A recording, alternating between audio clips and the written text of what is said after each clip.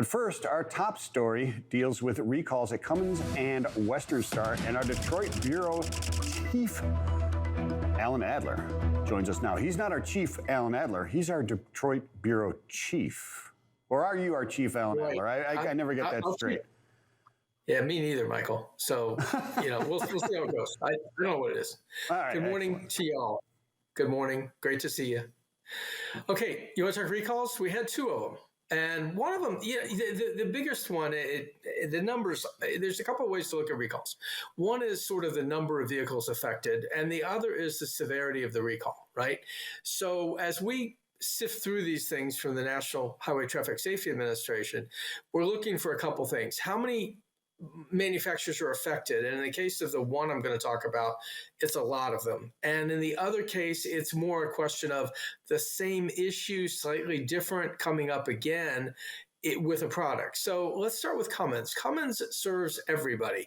Basically, they sell engines and other things to just about everybody out there, whether it's school buses, cement mixers, concrete mixers. I always get that word mixed up. Anyway, mixers, vocational equipment, trucks, on-highway trucks. So what they had was a relatively small recall, but a pretty serious one, about 12,000 vehicles for an engine control module that they didn't make, but their supplier did, and it had a defect in it.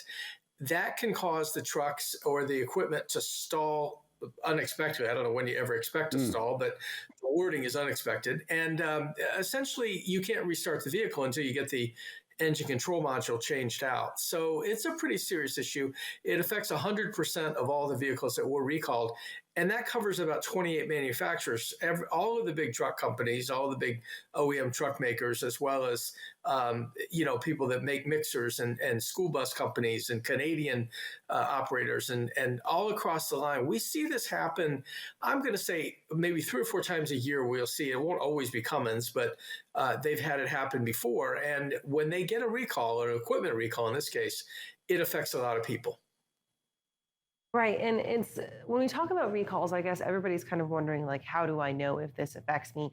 Obviously, NHTSA puts out their recommendations. What have Western Star and both Cummins now said to come out and address these recalls? Well, the interesting thing, Kaylee, is that these recalls are posted on the NHTSA website long before customers, and in some cases dealers, learn about them officially. There's a process for how you prepare the letters that go out and things like that. Usually there's a lag time. I'm going to say typically 6 to 8 weeks from the time that we learn about a recall, because the company, once it realizes it has a problem related to safety, has 5 days from the time they learn of it and to report it to NHTSA.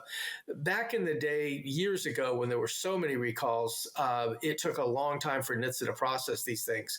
Now that we're back to more of a normal cadence, if you will, it doesn't take more than a couple of weeks for them to post a recall, but usually the notification of the dealers or the customers will be a little farther out. Unless it's a recall where they say, hey, don't drive the vehicle or don't park it near a building because it's a fire risk or something like that. So for the most part, these are issues depending on the population affected, and there's always an estimate given in terms of how many owners could expect to have the problem. It isn't always a big deal, but you do have to pay attention to it, and you definitely want to get your vehicle fixed. So, it's a process that, sort of repeats itself every week. Yeah, so Alan, the control module here, is this a chip thing? And if so, or if not, does that affect the timeline for replacement? How long are these things going to be out for? Is this beyond the scope of a normal, I guess, kind of recall and in its importance? Is it going to be impactful in some way? Michael, it feels like this one probably isn't going to be heavily delayed, in part because you're talking about a relatively small number, 12,000 units out of, however many tens of thousands of engines are made.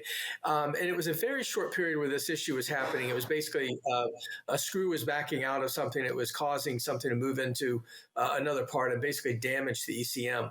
So I think in this case, there's one line in the recall that caught my attention, which said that some of these electronic control modules were put into engines after a delay. In other words, there was some supply chain interruption issue, but it wasn't all of them, and it was just a few. And basically, they got this issue fixed relatively quickly at the supplier level, so that they were able to continue building, and it wasn't a big deal. So it's a relatively short window of that these were affected from, but there were a few that were sort of retrofitted with the bad part because the engine maybe wasn't ready to be completed yet, and that's something we've seen up and down the line during the supply chain issues.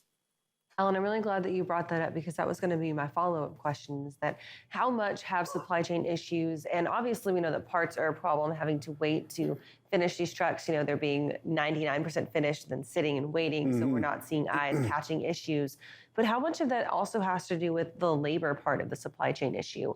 Are we seeing less diligent workers maybe looking at this? Are we seeing less trained eyes? And so we're seeing kind of more issues popping up at these different places in the supply chain and in the manufacturing process? Or is it something that we don't really know yet? It's too early to tell. I don't think I would start looking for causes. I mean, recalls are just a part of life, right? I mean, these are not perfect machines, and therefore, depending what happens, it's very rarely is it a case of malfeasance on anybody's part or not paying attention. It's just, in a way, I hate to say it, but it's just sort of stuff that happens, and sometimes it's more serious than other times. But it doesn't take much to fall out of line with a federal motor vehicle safety standard, and that's really how these things are determined. Sometimes they're called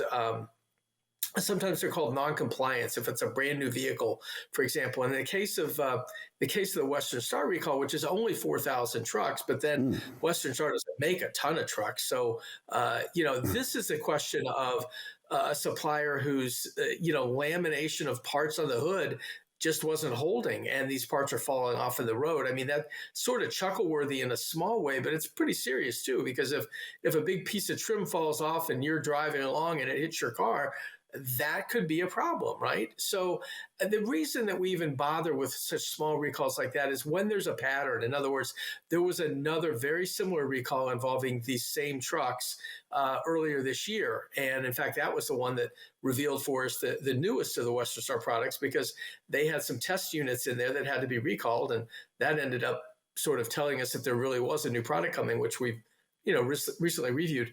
But here's the thing: when these things happen, it's really hard to point fingers. I mean, you definitely want to get to the root cause and why it happened, but usually it's not somebody not doing their job. It usually has something a little bit more in the system, and I wish I could explain that better.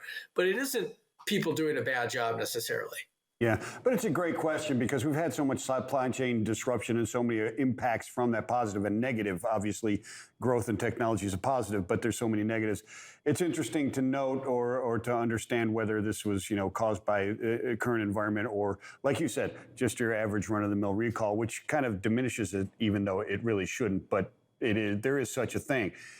My question to you is this. You hear about these recalls and you say it's like a weekly occurrence. This stuff happens and it happens and it happens. When does it become serious, and when does it become something that is more, that is worse than just, hey, it just happened? Is it repetitive on the same part, and have we ever run across that type of thing? Well, I think, that's where you get into sort of the measurements of, why do we report certain recalls and not report other ones? And again, I've been doing recalls since my days at General Motors, and so I'm pretty familiar with the process. I think, like I said, when you look at a big population that's affecting, and we've had some that have been, well over 100 and 150,000 units affected, that's going to get your attention because that's a lot of vehicles on the road. Now, that might be a Freightliner Cascadia, right? I mean, that's your top selling vehicle out there in the truck world. And if you figure that, that many vehicles are involved, that's a couple years of production or whatever. Even if it's a small number of the recall population that's affected, it's something to pay attention to. So I think, in the case of these, we don't want to overplay this. I think we really just want to report kind of what happened. And I think that, in this case, those that are affected clearly need to take action, to get their vehicles fixed. And I'm sure they will. But I don't think, we necessarily want to paint with too broad a brush here. But recalls, I mean, that's why you have a NHTSA. That's why you have 600 or 700 recalls every year, is because things just do go wrong. And I don't mean to minimize that, but simply to say that it is a part of the business. Yeah. Absolutely, 100% correct with that, Alan. Let's switch gears really quickly before we let you go. Tomorrow, AV Summit. You're coming in office for that, is what I hear. I am. I'll be flying down this afternoon. I'm excited about it. I think we've got a great lineup tomorrow. We've talked a little about it. You guys have been really generous with promoting it, and I think starting at the top. I was trying to figure this out the other day. I was putting together a little preview story that we ran on the website on the weekend, and I really did kind of build it off of our keynote, Vince Cummins, because of the special purpose acquisition company, or SPAC, influence on so many of these startup companies, so many that did go public that way and those that didn't. And Vince is our keynote, and we spent a lot of time together before we sort of did his remarks, in that there are so many interesting things as to why this happened the way it did.